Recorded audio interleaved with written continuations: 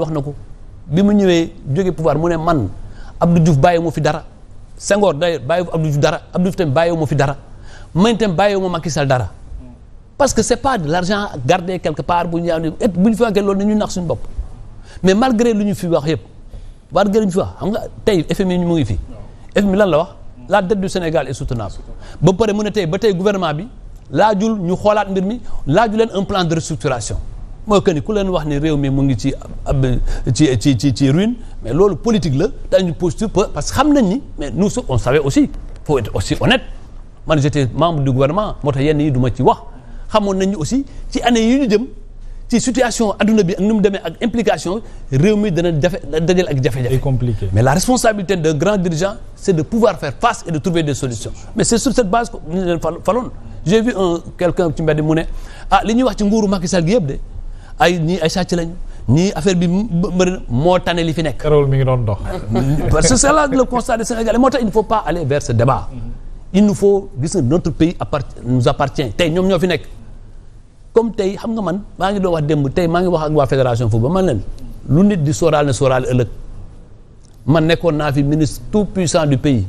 fu alkaati romb toojal ma tey alkaati ñoomee ne kaay jaaral nii. nañu seetlu àddina. tey ki nekk ministre des sports inspection régionale bu Dakar la nekkoon mu bañ a déggoo kenn ñu yóbbu ko Kaolack tey moo nekk ministre des sports mais ëllëg dina ñëw ñu jóge fa parce que réew mi moo fi des nag muy premier mandat ou bien benn mandat ou dans 2 mois l'essentiel benn jour dina am ñu jóge fi te bu ñu fi jógee ay sénégalais ñoo leen di remplacer donc nañ préserver l'essentiel qu'on se dise la vérité qu'on fasse l'édition ñu def reddition des comptes tout le monde est d'accord et reddition des comptes c'est permanent. Reddition des comptes c'est pas simplement à la fin d'un mandat ñu def reddition des comptes. événement boo xoolee ministère yu bëri am na inspection technique luy inspection technique mooy contrôle li ñu fay def lan mooy loi de règlement nga def année ba pare te loi de règlement malgré dégg naa benn député mu ne waaw ñoom ñoo amoon seen majorité assemblée majorité mécanique la bu ñu ñëwee loi de règlement ñu voté ko déedéet loi de règlement day dem cour des comptes ñu certifié ko suñ ko certifié ba pare ñu doog ko yóbbu à l'Assemblée nationale. kon cour des comptes boobu certifié moo tax man bu ngeen bu déggee ci débat wu cour des comptes man ma noppi ci parce que man du ma badu mën lépp du ma badu xam lépp itam ci mbirum économie ak ci mbirum finance su ma xam-xam màccul trop dem ci loolu am na lu ma ci am rek parce que jàng naa ko université tuuti dem jàng ko ENAM tuuti am ci ay mais du ma ci sëriñ su ma nekkee conseil des ministres man ma nekk fa 3 ans et demi musumaa dégg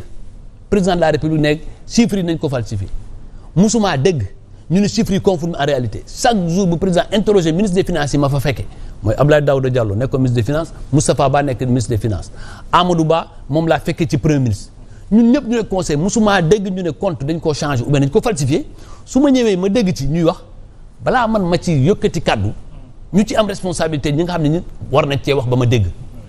muy président bi et Macky Sall wax na lu leer tontu muy ñi assumé woon ay ministre des finances Moustapha Ba yàlla ko yàlla xaare àjjana am na lu ma ci waxtaan ak moom balaa moo génn àddina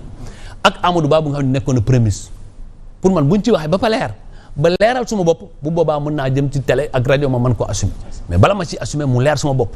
bu leeree suma bopp nag man loolu moo taxoon ñu bëri après bu ma ci waxul way am na ñu nga xam ne si biir affaire la ñu nekk manipulé ay yenn journaux def ma ci benn affiche ne way Ablaye Sow depuis gisatuñ ko man Ablaye Sow du lu nekk ma wax du lu ma xamul lu ma ci wax ba pare deuxièmement li ma war a assumer danaa ko assumer pleinement te kenn du ma ci fekk. Très bien, tout à l'heure yaa ngi koy wax économiquement parlant ci bilan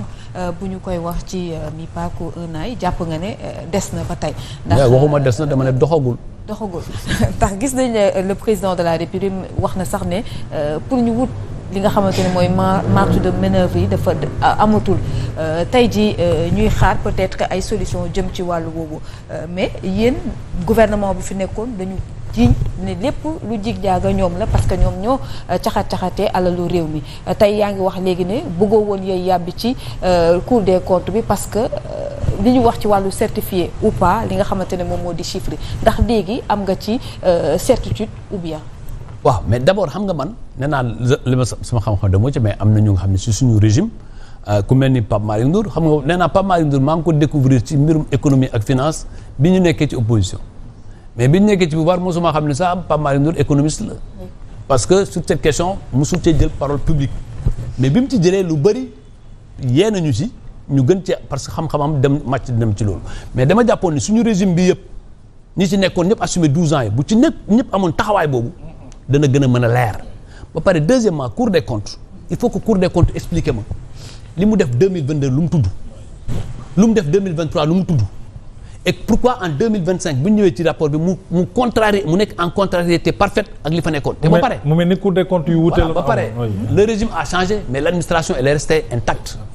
Ce sont les mêmes fonctionnaires yu nekk ministère des finances donc Cour des comptes li mu wax c'est plus attaquer l'administration des Sénégalaises que le régime parce que Macky Sall n'est pas au ministère des finances c'est pas lui qui fait les chiffres et ces chiffres-là sont transmis à la BCEAO ñi nekkoon BCEAO te ñoo nekk secrétaire général du gouvernement il y a une nébuleuse bu nga xam ne chaque jour nga dégg information boo nga ne xamu ko te ba pare Cour des comptes se cache derrière son devoir de réserve pour ne pas éclairer les gens xam nga premier débat bi am mooy dañu ne rapport bi signé wuñ ko président de la République mu ngi yore rapport bu ñu signé lu mu wóor mais nañu génne rapport bu ñu signé et le débat est clos mais tout ça am na lu manqué ci suñu système mais nag soxna si régime boo ñëwee nga fekk ni Banque mondiale FMI nee nañu subvention yi dañu koy wàññi li nga diggoon xale yi gis nga ni mënut a nekk parce que c'est toujours comme ça le mirage du pouvoir balaa nga ci àgg da ngay ne mën nga lépp mais boo àggee tu trouves la réalité des difficultés oui. Mais boo mënul yooyu benn pexe nga am pexe mooy régime bi jàll moo fi indi li yëpp mais bu ñu fàttali aussi ñun je disais à un de mes amis attendez 2012 aussi c'était la même chose nous on était du PDS bi ñu génnee waa di woy Abdoulaye Wade malgré tout ce que Abdoulaye Wade avait fait mais on a critiqué Abdoulaye Wade on lui a dit des choses parce que les régimes c'est comme ça on cherche un bouc émissaire pour que askan wi yëpp ñu ñuulal Macky Sall ñuulal bépp ministre man damay romb ñuy wax xaalis bi ngeen yor ma ne xaalis bi ngeen yor nii ba dégg naa benn waaye sax mu ne woy gars yi dañoo yor xaalis ñun ñu yore pouvoir man xaalis boobu man ne moom na génne compte am moom mën naa ñeme soxna moom mu ñëw fii télé bi mu toog ma toog mu génne mu compte am ma génne suma compte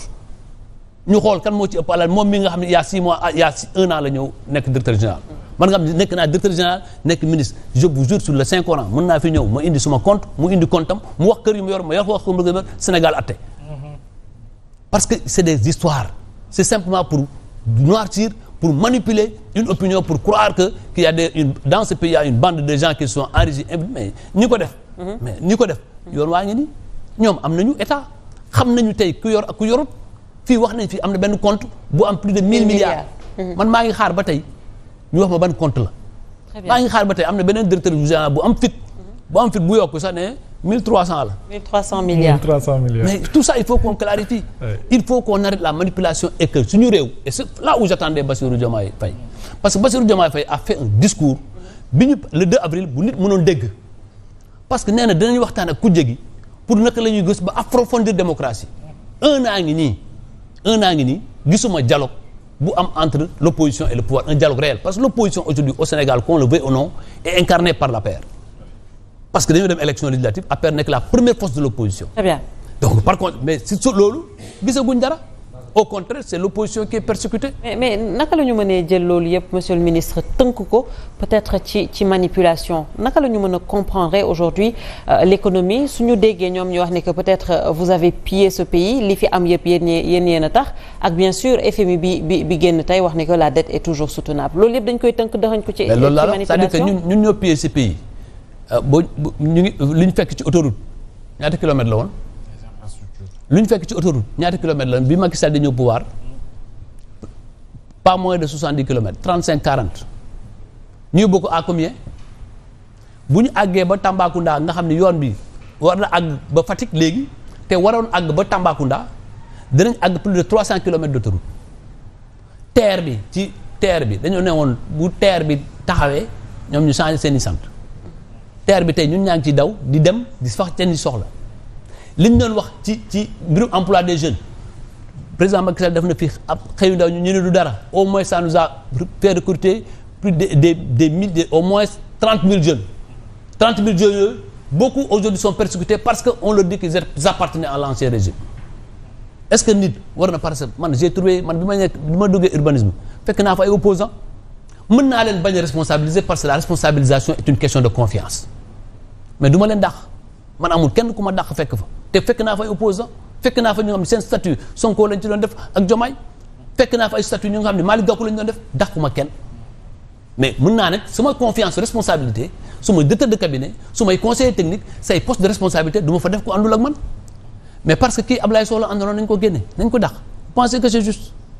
mais nee nañ parce que vous pensez que c'est acceptable dans un pays démocratique voilà da ngeen xaar bay waaj a dem. non c'est pas en tout cas en ce qui me concerne c'est faux. c'est ça en fait. loolu gis nga ku ko def tamit mën nga ko prouver c'est très facile boo ko defee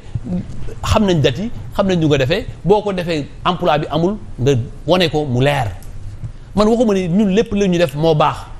mais dama ne aussi réew mi ci ay principe gis naa aussi ñu nga xam ne dañ leen recruter depuis 2018 2019 parce que simplement ils font des publications parce que seulement ils ne sont pas d'accord ñu wax leen mais nañu réew mi ñun ñoo ko bokk réew mi ñun ñoo ko nañ ñuy delloo soit seen xel ñu xool naka la ñuy jubantee suñu réew parce que jubante bi du loolu jubante bi c'est pas mettre des Sénégalais tous ces Sénégalais aujourd'hui c'est des citoyens de la République président Diomaye kum ci neex ki ko woteel ak ki ko woteelul tey moom moo njaboote ñëpp moom mooy kilifa ñëpp yàlla moo démocratie moo ko jox dana am ñuy xeex nag pour que ñoom tamit buñ rendez-vous électoral buy ñëw ñu bañ leen a joxaat loolu tamit mooy démocratie loolu mooy ab réew mais mënoo ñëw rek réew sur la base de l'appartenance kii APR la bokkoon kii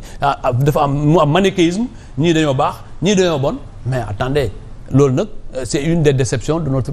sànq ba léegi yaa ngi tudd FMI Fonds monétaire international ñu ngi fii ci Sénégal c'est vrai que ne rappelé nañ que le Sénégal est toujours capable d'honorer le service de la dette donc pour le moment la dette du Sénégal est toujours